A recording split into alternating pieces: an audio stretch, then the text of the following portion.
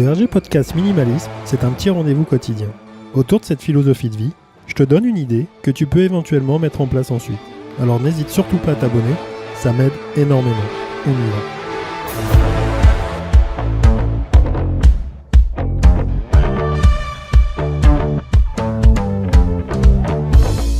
80% des Français déclarent ne pas être d'accord avec le contenu de mes podcasts. 5 minutes en plus.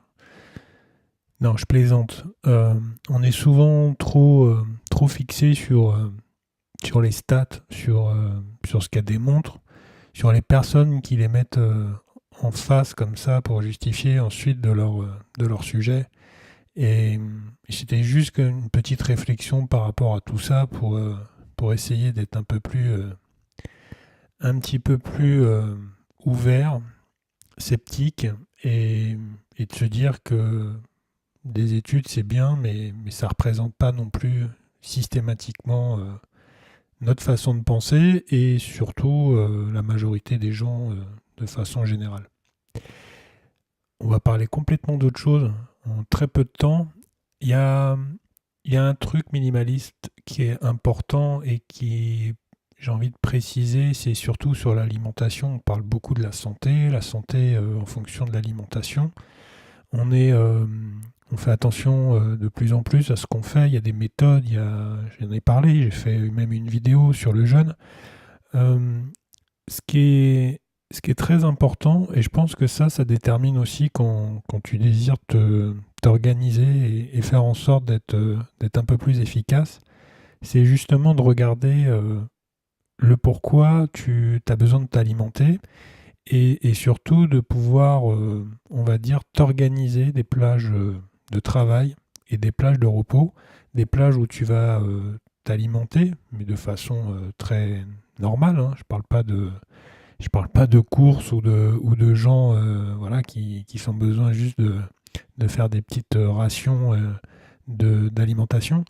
Non, c'est simplement pour imaginer que si on reste sur, par exemple, des périodes comme ça, de se dire j'ai 2, 3, 4 repas, ça dépend de ce que tu fais, si tu fais du sport et autres, hein, je ne rentre pas dans les détails.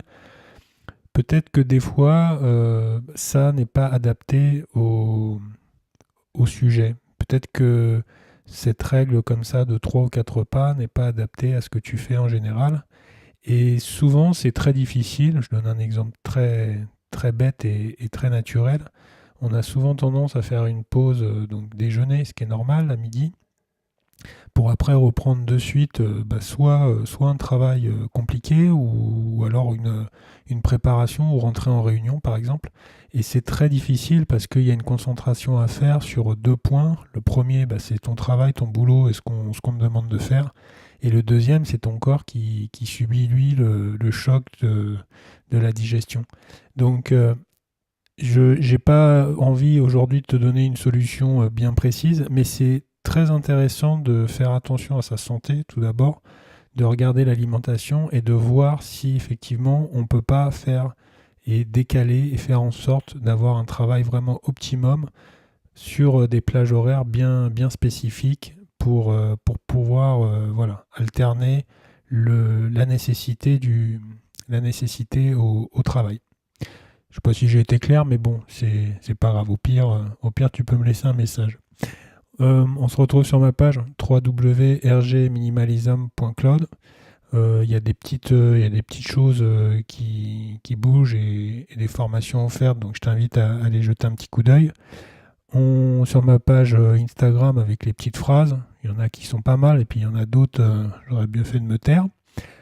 Sinon, moi je te dis bonne réflexion et puis surtout à demain. Salut.